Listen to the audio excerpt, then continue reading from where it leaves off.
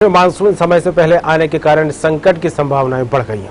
खासतौर पर नेपाल से पानी छोड़े जाने के कारण पूर्वी उत्तर प्रदेश के लगभग 1 दर्जन जिलों में बाढ़ की स्थिति पैदा हो गई है। ऐसे में जल शक्ति विभाग ने स्थिति को देखते हुए बाढ़ से बचाव को लेकर पूरी तैयारी कर रखी है। तैयारियों को लेकर जल शक्ति मंत्री महेंद्र सिंह से खास बातचीत की हमारे यूपी स्टेट एडिटर आरसी भट्टी ने।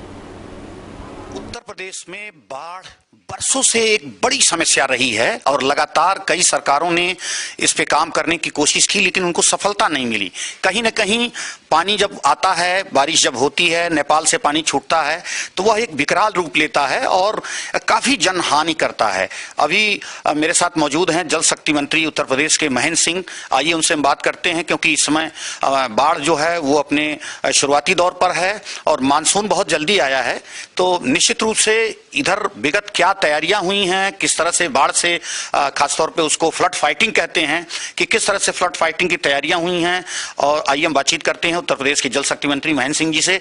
महेंद्र सिंह जी, बाढ़ का समय अब आ गया है। उत्तर प्रदेश के लगभग 42 जिले जो बाढ़ से प्रभावित रहते हैं और इसमें तकरीबन 12 से ज्यादा जिले संवेदनशील रहते हैं, तो उनके लिए किस तरह की फ्लड फाइटिंग की तैयारी की गई है, बाढ़ बचाव की तैयारियां की गई हैं? जी देखिए, माननीय मुख्यमंत्री जी के मार्गदर्शन, उनके निर्देशन में पहली बार उत्तर प्रदेश बाढ़ बचाव क्षेत्र में काम करने के लिए उन्होंने जनवरी माह में हम लोगों ने इस धन की स्वीकृति प्रदान किया और 246 परियोजनाएं उत्तर प्रदेश में बाढ़ बचाव की थी, जिसमें से मैक्सिमम परियोजनाएं हमारे पूरी हो चुकी हैं और बहुत सारी परियोजनाएं सुरक्षात्मक स्थिति से ऊपर हैं। तो 246 परियोजनाओं को लेकर के जो हम लोग काम कर रहे थे, मानसून आने से पहले कोविड के बावजूद भी युद्ध स्तर पर काम करके हम लोगों ने उसको पूरा किया है।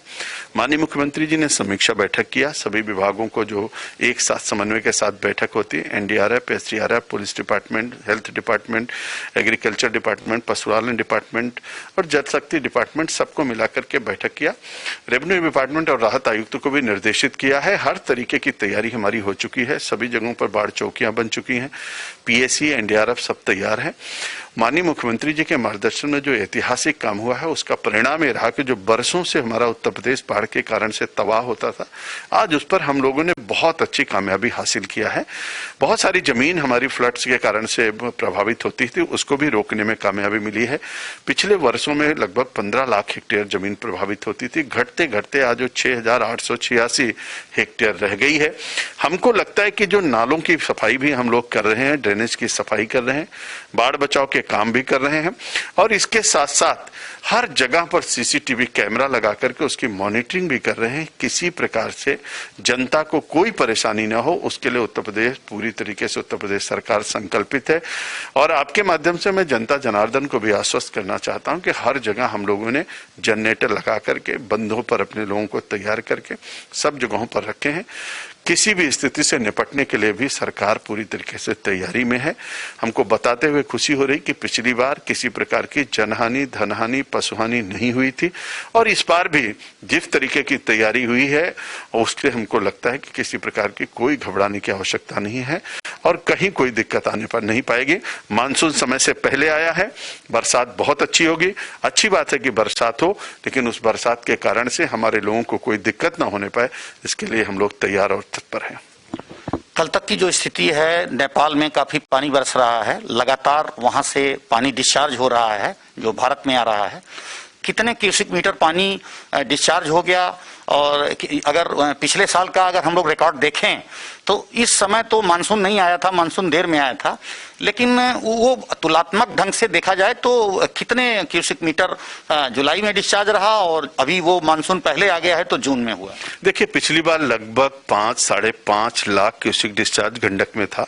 इस बार अभी हम 4.5 लाख तक पहुंचे हैं, लेकिन मानसून समय से पहले आने के कारण उसकी तीव्रता और पहली बरसात जब होती है तो कहीं ना कहीं रुकावटें बहुत सारी रहती हैं। उसको देखते हुए ये मानसून और ये पानी बहुत घातक स्थिति में है, लेकिन जो काम हुआ है उसके कारण से हमारा अमवा तटबंध, एपी तटबंध, अमवा खास, पूरा कुशीनगर, पूरा महाराजगंज और उधर की बेल्ट पूरी तरीके से सुरक्षित है। हम लोगों ने जो नालों की सफाई किया उसके कारण से भी बहुत बड़ा बेनिफिट मिल रहा है। नेपाल में बरसात बहुत हुई है, नेपाल का पानी आ भी बहुत तेजी से रहा है, राप्ती का पानी इधर से आ रहा है और जो छोटे छोटे नाले और नदियां गंडक के पानी को बढ़ाती हैं, वो भी बहुत तीव्र गति से बह रही हैं, लेकिन हम लोगों ने उस पर पूरी निगरानी, पूरी दृष्टि है और हमारे अधिकारी, हमारे लोग सब बंधे पर डटे हुए हैं। किसी भी स्थिति से निपटने के लिए हम लोग तैयार हैं। बाढ़ के जो खासतौर पे अति संवेदनशील जिले हैं, उनके लिए किस तरह विशेष सतर्कता अभियान चलाए जा रहे हैं या उनको मॉनिटर किया जा रहा है?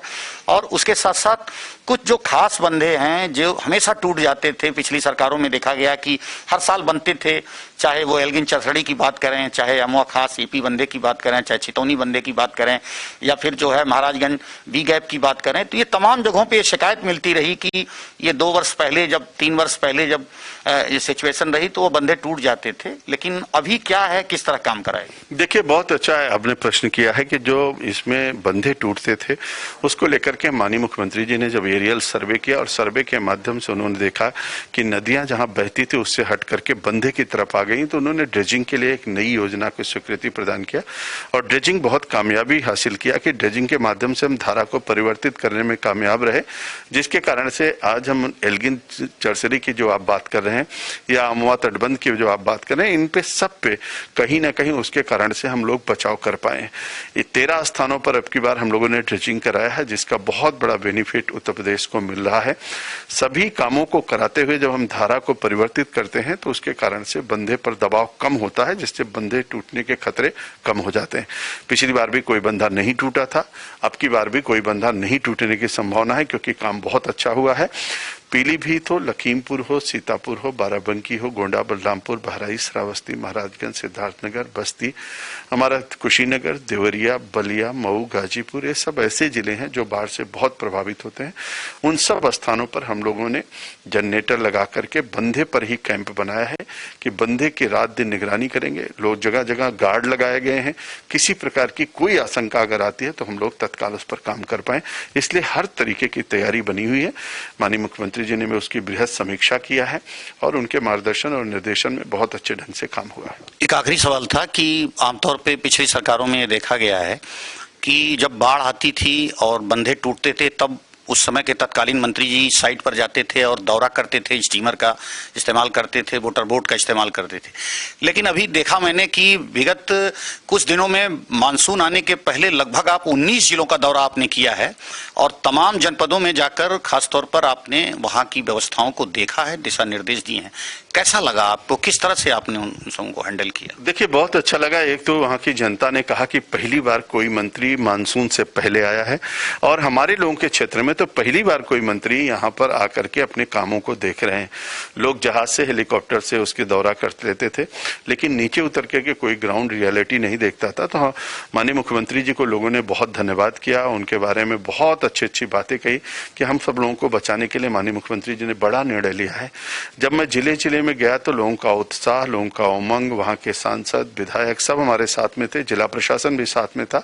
उन्होंने कहा अब तक के इतिहास में ऐसा काम कभी पहले नहीं हुआ कि बाढ़ से पहले परियोजना पूरी हो जाए। जब बाढ़ आती थी तो परियोजना शुरू होती थी और बाढ़ जाने के बाद परियोजना समाप्त हो जाती थी, लेकिन आज सारे काम मानसून से पहले हुए हैं। इसको लेकर के लोगों में बहुत उत्साह था। हमको भी बहुत खुशी हुई कि हम जनता की सेवा के लिए माननीय मुख्यमंत्री जी के मार्गदर्शन निर्देशन में अपना कुछ दे पा रहे हैं। इसलिए सभी जिलों में जाकर के निश्चित रूप से हमको आनंद की अनुभूति हुई और जनता ने भी बहुत उत्साह के साथ स्वागत किया।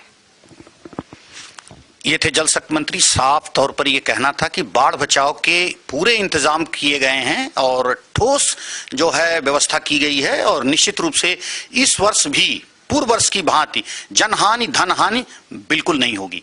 कैमरा